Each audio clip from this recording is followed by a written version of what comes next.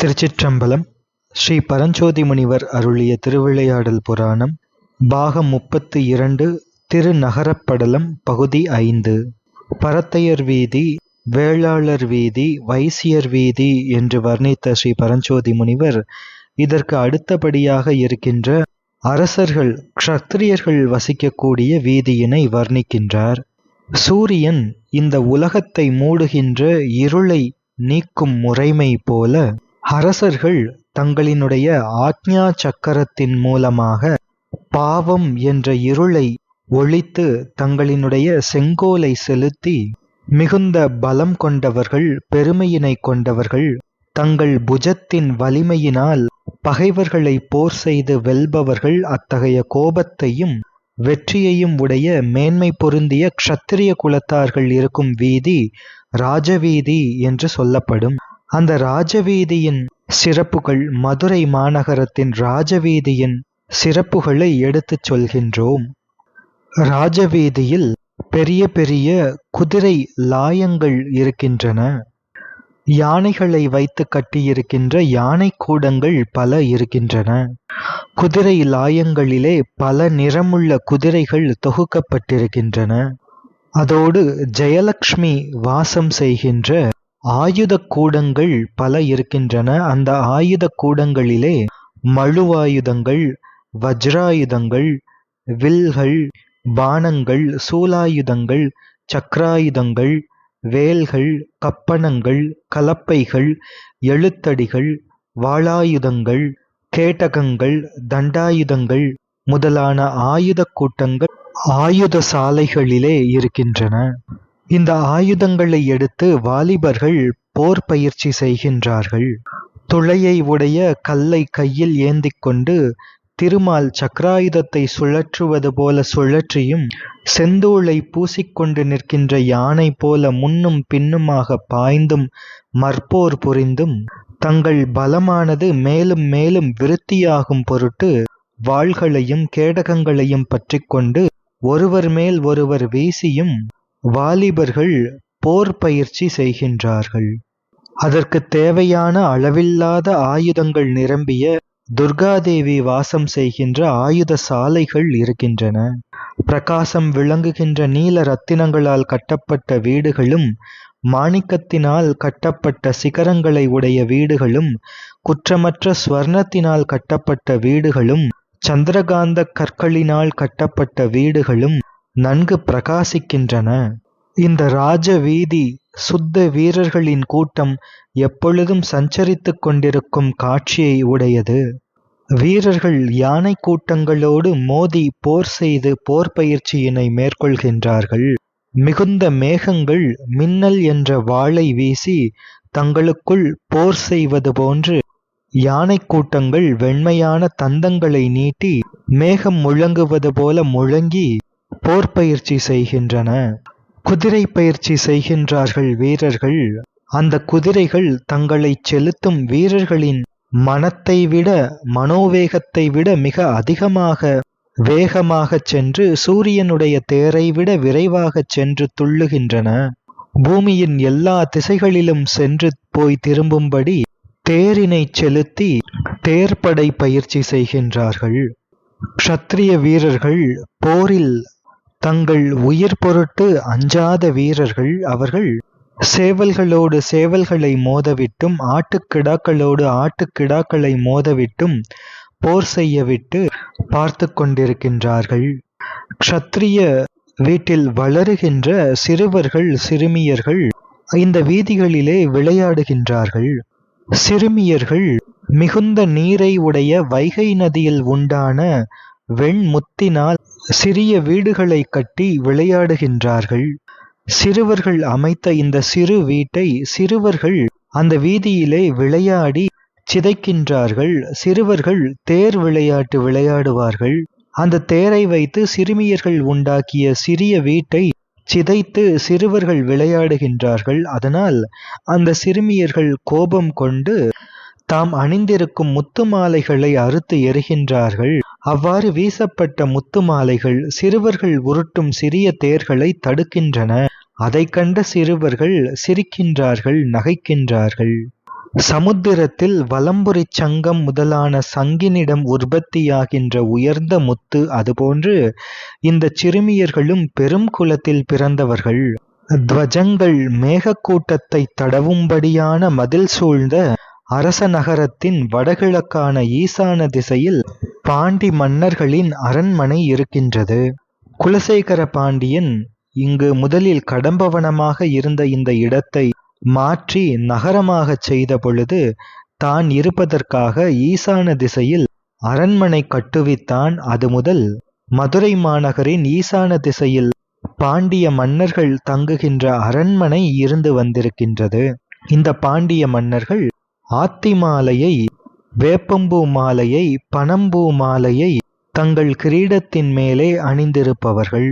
வேப்பம்பூ மாலை என்பது பாண்டிய மன்னர்களின் அடையாள மாலை. அதேபோன்று சோழ மன்னர்களின் அடையாள மாலை ஆத்தி மலர் மாலை, சேர மன்னர்களின் அடையாள மாலை பனம்பூ மாலை. வேப்பம்பூ மாலை தங்களது அடையாள மாலை என்பதனால் பாண்டிய மன்னர்களின் கிரீடத்திலே அது இருக்கின்றது. மேலும் சோழ மன்னர்களை இவர்கள் வெற்றி கொண்டவர்கள், அதன் அடையாளமாக சோழர்களின் ஆத்தி மாலையும், சேர மன்னர்களை வெற்றி கொண்டதன் அடையாளமாக சேர மன்னர்களின் அடையாள மாலையான பனம்பூ மாலையையும் பாண்டிய மன்னர்கள் கிரீடத்திலே சூடியிருக்கின்றார்கள். அத்தகைய பாண்டிய மன்னர்களின் அரண்மனையில் பரம்பரையாக அரசு செய்யும்படியாக பேரிகை ஓசை கேட்டுக்கொண்டு இருக்கின்றது. 7 நிலை கோபுரம் பாண்டியர்களின் அரண்மனையிலே இருக்கின்றது. இவ்வாறு ராஜவீதி என்று சொல்லப்படுகின்ற க்ஷத்திரியர்கள் வசிக்கின்ற வீதி வர்ணனை செய்யப்படுகின்றது. இனி இதற்கு அடுத்தபடியாக இருக்கின்ற வீதி பிராமணர்கள் வசிக்கின்ற மறையவர் வீதி. பிராமணர்கள் என்ற மறையவர்கள் வேதியர்கள், அவர்கள் சிவபெருமானார் உரைத்து அருளிய வேதங்களின் எல்லையை கண்டு மனம் தெளிந்து பரிசுத்தம் உடையவர்களாய் இருப்பவர்கள். சிவபெருமான் அருளிய வேதங்கள் ஆஸ்திகர்களால் உண்டு என்று சொல்லப்படுகின்ற தர்ம, அர்த்த, காம, மோக்ஷம் என்ற புருஷார்த்தங்கள் 4னையும் நன்றாக விளக்குபவை வேதங்கள். அதோடு நாஸ்திகம் சொல்லுகின்ற வஞ்சகர்களினுடைய நாக்கினை அறியும்படியான ஆயுதம் போல இருப்பவை பரமசிவனால் சொல்லப்பட்ட வேதங்கள். ஆஸ்திகர்கள் என்பவர்கள் கடவுள் என்று ஒருவர் உண்டு என்று ஒப்புக்கொள்பவர்கள். நாஸ்திகர்கள் என்பவர்கள் கடவுள் இல்லை என்று கூறுபவர்கள். வேதங்களானவை கடவுள் ஒருவர் உண்டு என்று, அம்முழுமுதல் கடவுள் பரமசிவனாரே என்றும் பல்வேறு விதமான மேற்கோள்களை எடுத்துக் காட்டி வஞ்சகர்களின் வாக்குகளை அடக்குவதால் வஞ்சகர்களின் நாவை அறுத்துவிடும் கருவி என்று உருவகமாக சொல்லப்பட்டது. நாக்கை அறுத்தல் என்பது வஞ்சகர்களான நாஸ்திகர்கள் கூறுகின்ற கூற்றை மறுத்து அவர்களின் கூற்று பொய் என்று நிரூபித்து கடவுள் என்று ஒருவர் உண்டு என்பதை நிரூபிப்பது என்று அர்த்தம். ஆஸ்திகர்கள் என்பவர்கள் ஒருவன், ஒருத்தி, ஒன்று என்று சுட்டப்படுகின்ற இந்த பிரபஞ்சம் தோன்றி நின்று அழிகின்றது. இந்த உலகத்திற்கு தோற்றம் உண்டு, இருப்பு உண்டு, அழிவதும் உண்டு. இதையெல்லாம் நாம் கண்கூடாக பார்க்கின்றோம். இவையெல்லாம் ஜடம். எனவே இந்த உலகமானது தானே தோன்றாது, தானே நிலை பெறாது, தானே அழியாது. எனவே இதனை இயக்கும் முதல்வன் ஒருவன் இருக்கின்றான் என்று ஒப்புக்கொள்பவர்கள் ஆஸ்திகர்கள். அப்படியென்றால் அந்த முதல்வன் இவ்வாறு இந்த உலகத்தை தோற்றுவித்தும் நிலைநிறுத்தியும் அழிக்கின்றார் என்றால் அது யாருக்காக என்ற கேள்வி வரும் பொழுது அது சேதனனாகிய ஆன்மாக்களின் பொருட்டு என்று விடை வரவே ஆன்மாக்கள் என்று இருக்கின்றன என்ற இரண்டாவது உண்மையை ஒத்துக்கொள்பவர்கள். அப்படியென்றால் இந்த ஆன்மாக்களுக்காக இந்த உலகத்தை தோற்றுவித்து நிலைநிறுத்தி அழிக்கின்றார் என்றால் அது எதற்காக என்ற மூன்றாவது கேள்வி எழும். அப்படியானால் இது ஆன்மாக்களுக்கு அனாதிபந்தமாக இருக்கின்ற சகஜ மலமாகிய மூல மலமாகிய ஆணவ மலத்தை ஒழித்தல் பொருட்டு உலகை இவ்வாறு தோற்றுவித்து நிலைநிறுத்தி அழித்து ஆன்மாக்களுக்கு தனு கரண புவனபோகங்களை கொடுத்து ஆன்ம அறிவை மூடியிருக்கின்ற ஆணவ மறைப்பை நீக்கி ஆன்மாக்களின் அறிவை பிரகாசப்படுத்துகின்றார் இறைவனார் என்று பதி, பசு, பாசம் என்ற இந்த முப்பொருள்களையும் ஒப்புக்கொள்பவர்கள் ஆஸ்திகர்கள். அதனை பரமசிவனார் அருளிய பரம ஆப்தராகிய பரமசிவனார் அருளிய வேதங்களின் வழி இந்த உண்மைகளை ஏற்றுக்கொள்பவர்கள். அதே வேதங்கள் கூறுகின்ற தர்ம அர்த்த காம மோட்சங்களை உணர்ந்து வேத ஆகமங்களின் வழி நடப்பவர்கள் ஆஸ்திகர்கள். நாஸ்திகர்களோ கடவுள் என்று ஒருவர் இருக்கின்றார் என்பதை ஒப்புக்கொள்ளாதவர்கள். வேதங்கள் கூறுகின்ற தர்ம அர்த்த காம மோட்சங்கள் என்ற புருஷார்த்தங்களை ஒப்புக்கொள்ளாதவர்கள். பிரத்யக்ஷ பிரமாணத்தை மட்டுமே ஏற்றுக்கொள்பவர்கள்.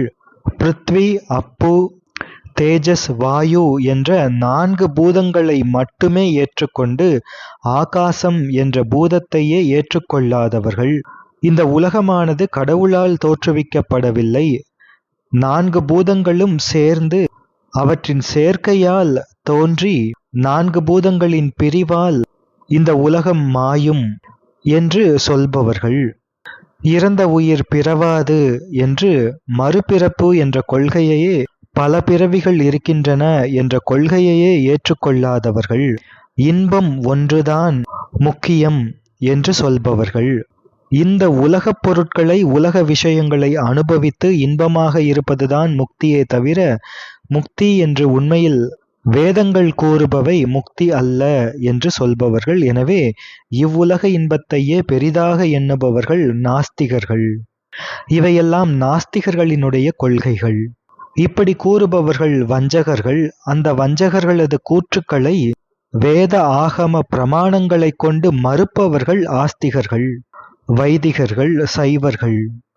லோகாயுதர்கள் என்று கூறப்படுகின்ற இந்த நாஸ்திகர்கள் கூறுகின்ற ஏற்றுக்கொள்கின்ற பிரத்யக்ஷ பிரமாணத்தை தவிர அனுமான பிரமாணமும் ஆகம பிரமாணமும் உண்டு என்று எடுத்துச் சொல்லி நாஸ்திகர்களின் அந்த கூற்றை மறுப்பவர்கள் ஆஸ்திகர்கள். பிருத்வி முதலான 4 பூதங்கள் மட்டுமன்றி ஆகாசம் என்ற 5வது பூதமும் உண்டு என்று சொல்லி நாஸ்திகர்களின் கொள்கையை மறுப்பவர்கள் ஆஸ்திகர்கள். இந்த 4 பூதங்களின் சேர்க்கை அல்ல உலகம். இந்த உலகம் கர்த்தா ஒருவனால் உண்டாக்கப்பட்டது என்று கூறி கடவுள் உண்மையை நிரூபித்து நாஸ்திகர்களின் கொள்கையை மறுப்பவர்கள் ஆஸ்திகர்கள்.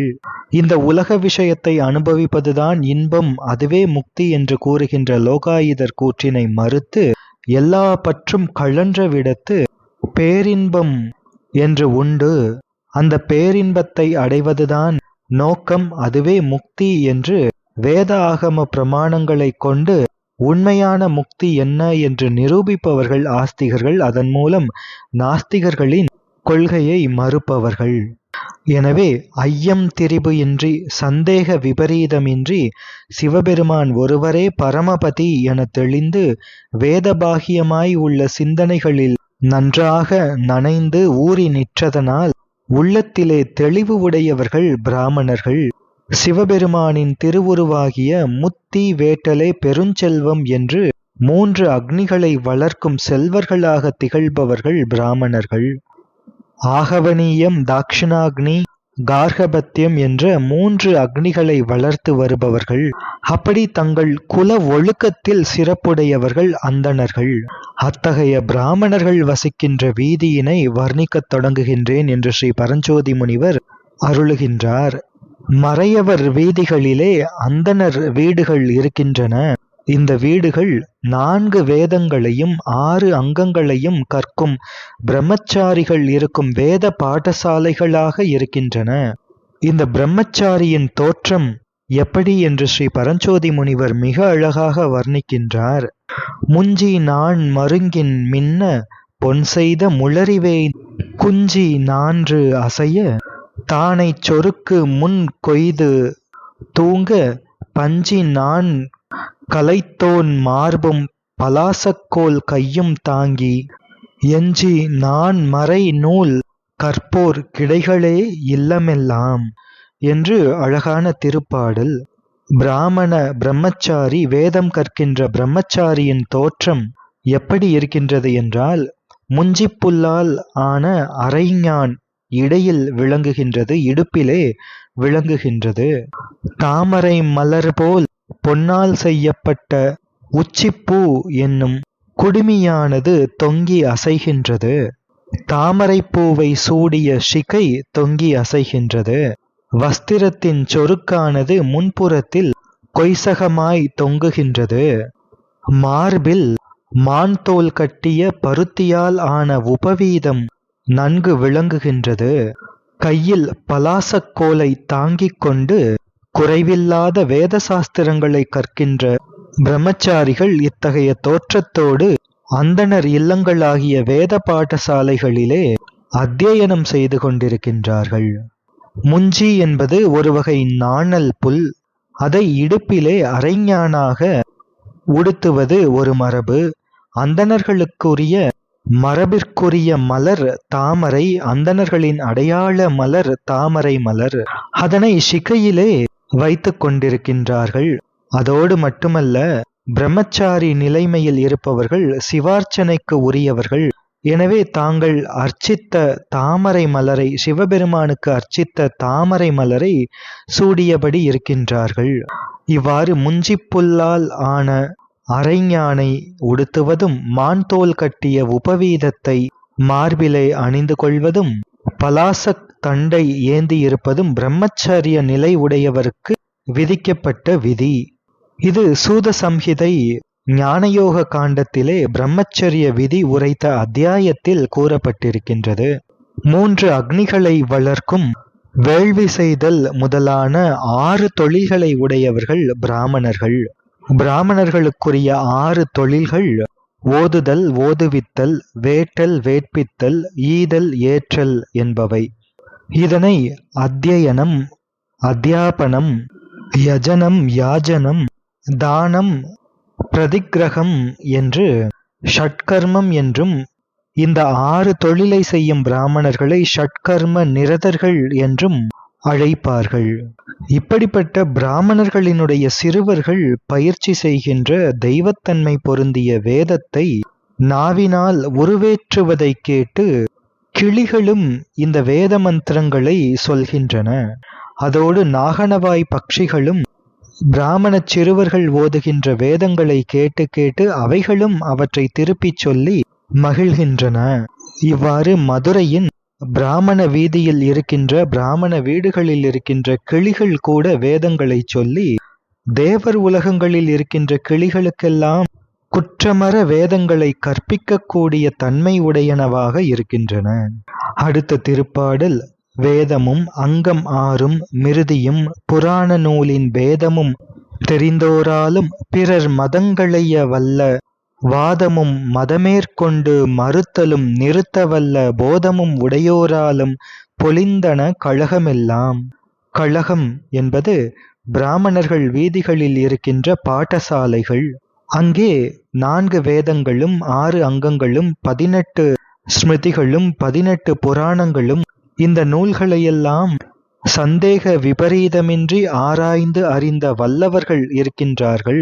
இவர்கள் மற்ற மதக் கொள்கைகளை மறுத்து தம் மதக் கொள்கையை நிலைநாட்ட வல்லவர்கள். பிறர் கொள்கைக்கு உடன்பட்டு தாம் பின்பு மறுத்தலையும், பிறர் கொள்கைக்கு உடன்பாடு இல்லாமல் தம்முடைய கொள்கைகளையே எங்கும் நிறுத்தவல்ல அறிவை உடையவர்களாலும் மறையவர் வீதிகளிலே இருக்கின்ற பாடசாலைகள் நிரம்பி இருக்கின்றன, பொலிவுற்று இருக்கின்றன. 4 வேதங்கள் ரிக்யஜுர் சாம அதர்வணம், 6 அங்கங்கள் சிக்ஷா, வியாக்கரணம், சந்தஸ், ஜோதிஷ், நிருக்தம், கல்பம் என்பவை. 18 ஸ்மிருதிகள் மனு, அத்ரி, அவ்ரிதம், விஷ்ணு, யாஜ்ஞவல்யம், உச்சனம், ஆங்கீரசம், யமம், ஆபஸ்தம்பம், சமவர்தம், காத்யாயனம், பிரகஸ்பதி, பராச்சரம், வியாசம், சங்கலிதம், கௌதமம், சாதான்மம், வசிஷ்டம். 18 புராணங்கள் என்பவை மத்ஸ்யம், கூர்மம், வராகம், வாமனம், பிரம்மம், வைணவம், பாகவதம், சைவம், லிங்கம், பவிஷ்யம், நாரதீயம், காரூடம், பிரம்மகைவர்த்தம், ஸ்காந்தம், மார்கண்டேயம், ஆக்னேயம், பிரம்மாண்டம், பத்மம். இவற்றின் பேதங்கள், இந்த 18 புராணங்களின் பேதங்கள் சைவ புராணம் 10, விஷ்ணு புராணம் 4, பிரம்ம புராணம் 2, சூரிய புராணம் 1, அக்னி புராணம் 1. பிறர் மதங்கள் என்பவை புறச்சமயம், புறப்புறச் சமயம், அகப்புறச் சமயம். இவைகளெல்லாம் தத்தம் சிற்றறிவுக்கு ஏற்ப புலப்படும் ஆசங்கைகளை சர்வக்யத்துவம் உடைய முதல்வனால் கூறப்பட்ட முதல் நூலான வேத சிவாகமங்களின் வழி மறுத்தல், அவர்களினுடைய கொள்கைகளை மறுத்தல். பிறருடைய மதங்களை பூர்வபக்ஷமாக கொண்டு தன் மதத்தை சித்தாந்தமாக கொண்டு நிலைநிறுத்துதல். இப்படிப்பட்ட அறிஞர்கள் வாழ்கின்ற வீதி மறையவர்கள் வீதி, அதிலே இருக்கின்ற பாடசாலைகள். இப்படிப்பட்ட பாடசாலைகள்தான் உண்மையான கழகங்கள் என்று ஸ்ரீ பரஞ்சோதி முனிவர் தெளிவாக எடுத்து காட்டுகின்றார். இனி பிராமண வீதியிலே இருக்கின்ற மடங்கள் என்பவை முனிவர்கள் வாசம் செய்யும் மடங்கள். அந்த முனிவர்கள் எப்படிப்பட்டவர்கள் என்றால், கமண்டலத்தை கையில் ஏந்தியவர்கள், பிரகாசிக்கின்ற காவி ஆடையை உடுத்தியவர்கள், நிலத்தில் ஊறும் எறும்பு முதலிய உயிர்களுக்கு இடையூறு வந்துவிடுமோ என்று அஞ்சி ஒதுங்கி ஒதுங்கி நடக்கும் நடையினை உடையவர்கள், அஞ்ஞானம் என்ற விருட்சத்தை வெட்டி வீழ்த்தும் பிரகாசமுடைய மழுவாயுதம் போல தண்டத்தை கையில் வைத்திருப்பவர்கள், கோவணம் உடுத்தியவர்கள், வேத முடிவுகளாகிய உபனிஷத்தங்களை அன்றி வேறு ஒன்றையும் ஆராய்ந்து அறியாத பெருந்தவத்தினை உடைய முனிவர்கள் அந்தணர் வீதிகளில் இருக்கின்ற மடங்களிலே வாசம் செய்கின்றார்கள். ஏக்கமே எனக் கூறும் பிரம்மம் அத்வைதமாய் இருக்கின்றது. ஏக்கம் என்ற சொல்லானது பிரம்மப்பொருள் ஒன்றுதான் என்றும், அந்த ஒரே பிரம்மப்பொருள் ஆன்மாக்களோடு ஒன்றாய் வேறாய் உடனாய் அத்வைதமாய் கலந்து நிற்கும் என்றும், இத்தகைய உண்மை பொருளை கூறும் வேதங்களின் மகா வாக்கிய பொருளை ஸ்ரவணம் செய்தும் மனனம் செய்தும் முறைப்படி ஆராய்ந்து நிதித்தியாசனத்தில் இருந்து தெளிந்து சமாதி பரராய் இருத்தலன்றி வேறு ஒன்றும் ஆராயாதவர்கள் இவ்வேத மகா வாக்கிய பொருளை மட்டுமே ஆராய்ந்து தெளிவாக இருக்கும் முனிவர்கள் வசிக்கின்ற மடங்கள் இருக்கின்ற வீதி மறையவர் வீதியான பிராமணர் வீதிகள். இவ்வீதிகளிலே சமையல் கூடத்தில் இருந்து எழுந்த புகையும், உப்பரிகைகளில் பெண்கள் தமது கூந்தலின் ஈரம் புலர்த்துவதற்காக அகில் கட்டைகளில் இருந்து எழுந்த புகையும், யாகத்திலிருந்து எழுந்த புகையும் தம்முள் கலந்து தோன்றுகின்றன என்று இவ்வாறு மறையவர் வீதியை வர்ணித்த ஸ்ரீ பரஞ்சோதி முனிவர் அடுத்ததாக சைவர்கள் வீதியினை வர்ணிக்கத் தொடங்குகின்றார். தொடர்ந்து சிந்திப்போம். திருச்சிற்றம்பலம்.